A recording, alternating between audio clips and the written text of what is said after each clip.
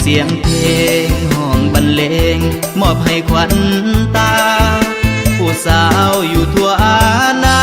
ไหลแขวงนั่นนาคิดฮอดคือเก่าสาวพงสาลีลืมแล้วติสัญญาเฮาลวงนังทาไอ้นี่ฮักเจ้าบ่ลืมแฟนเก่าสาวอุดมใส่ยางบุรีถิ่นฐานนี้เป็นแดนสร้างสรรค์ไอ้เคยได้ไปเที่ยวงานนมัสการบุญสร้างยิ่งใหญ่ผู้สาวหัวพันเขาสะลือกันสุดงามวิไลใสสมบูรณ์เสียงกว้างฟังใจบอกแก้วหักใครสาวหลวงพระบางไอ้ลงหักนางแม่แอวบางสาวแขวงเวียงจันทน์ไอ้ยังห่วงหาทุกวัน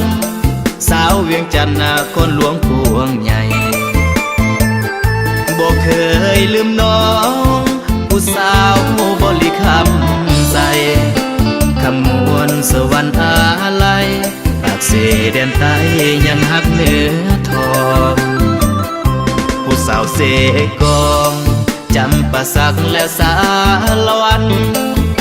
ส่งใจมาให้ทุกวันน้องแก้มจันสาวอันตะปือบอกเคยลืมเด้อยังหักเสมอไอ้ยังจำเจอสาวทุกภาพทุกเพลงนับถือยังเจอฟังใจของอ้ายทุกคน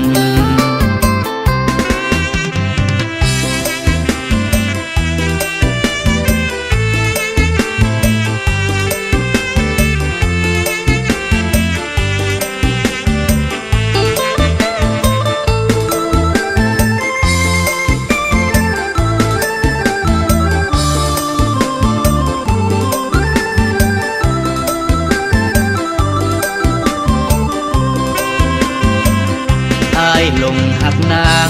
แม่แอวบางสาวแขวงเวียงจันทน์ไอ้ยังห่วงหาทุกวันสาวเวียงจันทน์คนหลวงพวงใหญ่บอกเคยลืมน้องผู้สาวบริคำใสคำมวนสวรรค์อะไรปากเสแดนใต้ยังหักเหนือทองผู้สาวเสกองจำปาสักและสารวันส่งใจมาให้ทุกวันน้องแก้มจันสาวอันตะปือบอกเคยลืมเด้อยังหักเสมอไอ้ยังจำเจอสาวทุกภาพทุกเพลงนับถือยังเจอฟังใจของอ้ายทุกคน